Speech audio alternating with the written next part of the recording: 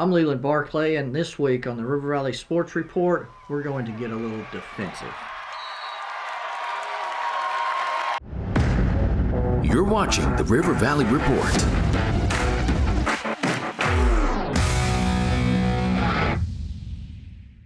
Several teams put on defensive shows of might this past week on the gridiron, none mightier than the Greenwood Bulldogs, who turned 7 turnovers into a 49-0 win over a shorthanded Northside squad Friday night at Mayo Thompson Stadium. Cash Archer forced 2 fumbles, Paul Brixey and Cody Johnson each forced one, while Brady Mackey had 2 fumble recoveries, returning one for a touchdown for a 14-0 lead, and Brixey recovered one. Zachary Sick, Edwards, and Landon Nelms all intercepted passes on a night in which Northside starting quarterback McLean Moody was out with an illness. Greenwood, number 4, Brady Mackey on the scoop and score.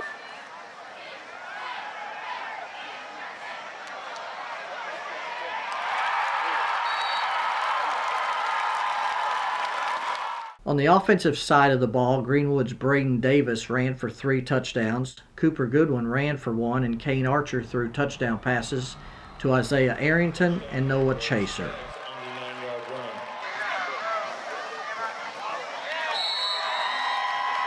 Touchdown, Greenwood.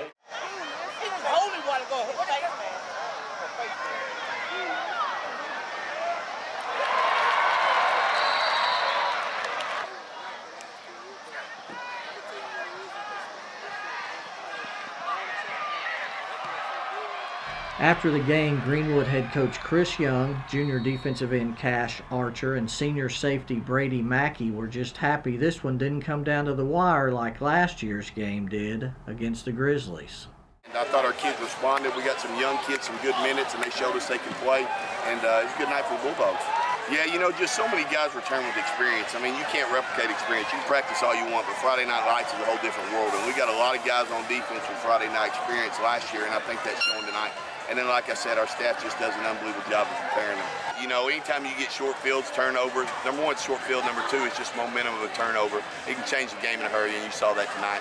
Yeah. You can jump on team 28-0 in the first quarter. It's hard to come back from that. And fortunately, we got off to a great start and, kind of took them out of the game early. Kane was Kane, made a few plays that people paid $5 to get in, kind of fun to watch at times. But, that last touchdown throw he had, I have no idea how he did that. But we still got to clean up some stuff. But the good thing is we got a lot of guys around making plays. I thought our offensive line play was better tonight, and that was good for us. On Thursday night, we ventured over the state line into Oklahoma, where we saw an epic defensive struggle that was decided by the final 2 plays of an offense that had been shut out for the first 47 minutes of the game. In the season opener between Panama and Spiro, the visiting Razorbacks clinged to a 6-0 lead for nearly the entire game before the Bulldogs finally found pay dirt in the final minute of regulation, then held Panama on 4 downs to begin the overtime period, which opened the door for Hayden Reed's 10-yard scoring run to win it for the home team 12-6.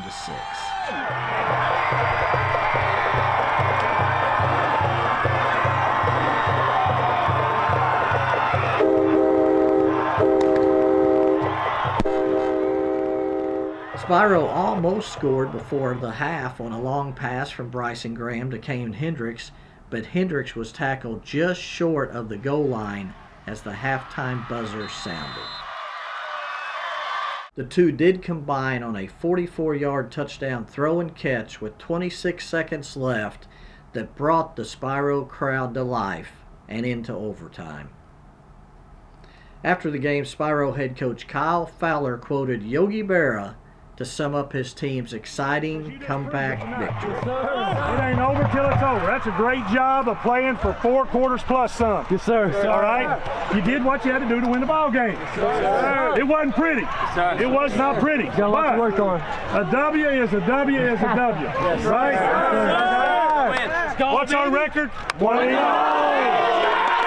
Well, The last thing I told them was there's still time on the clock. And as long as there's still time on the clock, you got a chance. And so if we didn't prove that tonight, then we'll never prove it. Well, that's the way we drew it up. You know, you hope you can hit one like that. Kane Hendricks, Bryson threw a perfect ball. We had good protection up front, and he let it fly, and we ran under it, and that was that. And I felt like our defense, especially against their run, had been pretty strong.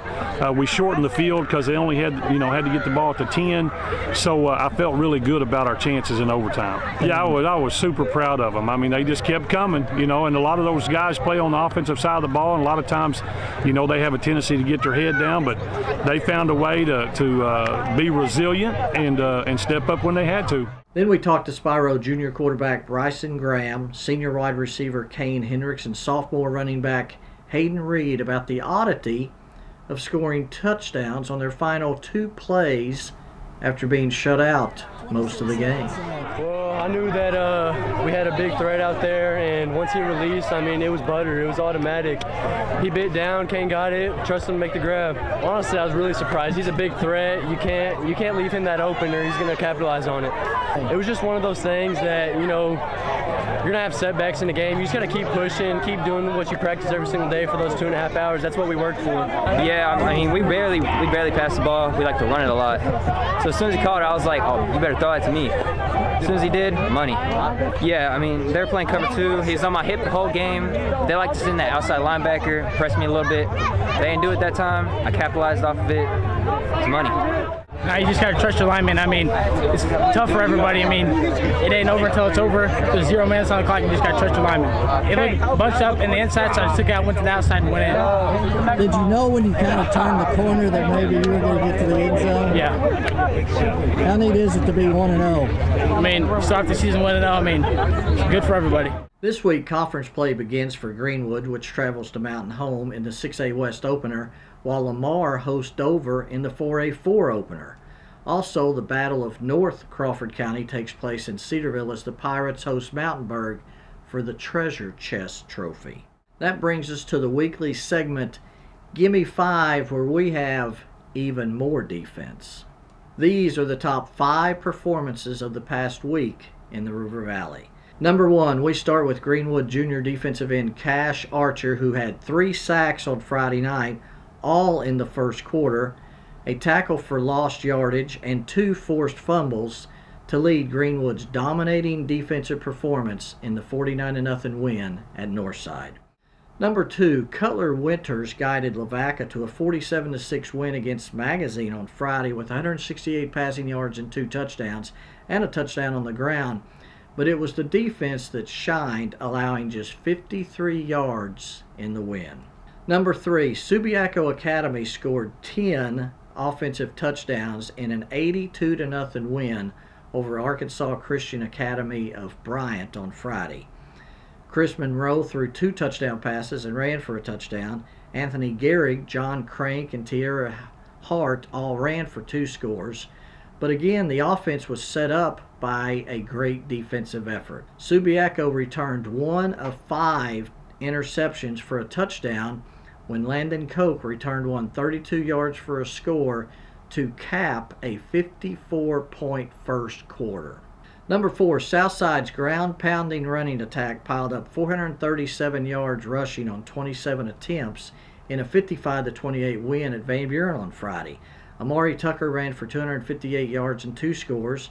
Isaac Gregory added 132 yards and 3 touchdowns and also caught a 67-yard touchdown pass from quarterback Carter Zimmerman. Coupled with last week's 401-yard rushing performance against Northside, it marks the first time ever that Southside has rushed for more than 400 yards in consecutive games. Number 5, Southside's Lady Mavericks defeated Shiloh Christian and Benton, both 3-0, in a tri-match on volleyball on Saturday. Lydia Pitts had 10 kills, 11 assists, 6 blocks, and 8 digs against Shiloh Christian, and 7 kills, 20 assists, 11 digs, and 2 blocks against Benton. Gabriella Dupree had 12 kills and 18 digs against Shiloh Christian, and 13 kills and 17 digs against Benton. Ella Shelby had 18 digs against Shiloh Christian and 21 digs against Benton. Also from Southside on Saturday, Cadence Hodge won the 5A 6A division of the Shiloh Christian Cross Country Invitational. You can still pick up Sunday's River Valley Democrat-Gazette, which includes Greenwood's wrap-up victory from Friday night, Spiro's wrap-up victory from Thursday night, player profiles, and also Kevin Taylor's first small college notebook. The Sunday River Valley Democrat-Gazette is available all across the River Valley, including eastern Oklahoma at Walgreens, Harps, Come and Go, CVS Pharmacy, Casey's, and Walmart. You can subscribe online at rivervalleydemocratgazette.com/subscribe or by calling our customer service line at 479-684-5509. Be sure to follow the River Valley Democrat-Gazette Twitter account as well as mine, Walter Woody's, and Harold McIlvain's for updates on Friday night. You can view and purchase photos from our award-winning photographers that can be seen and purchased on our website, rivervalleydemocratgazette.com/photo. Thank you for watching. Please like the video and subscribe to the channel. We're going to wrap up this week's River Valley Sports Report with photos by Hank Clayton from Spiro on Thursday and Caleb Grieger from Northside on Friday. God bless you, and we'll see you next week.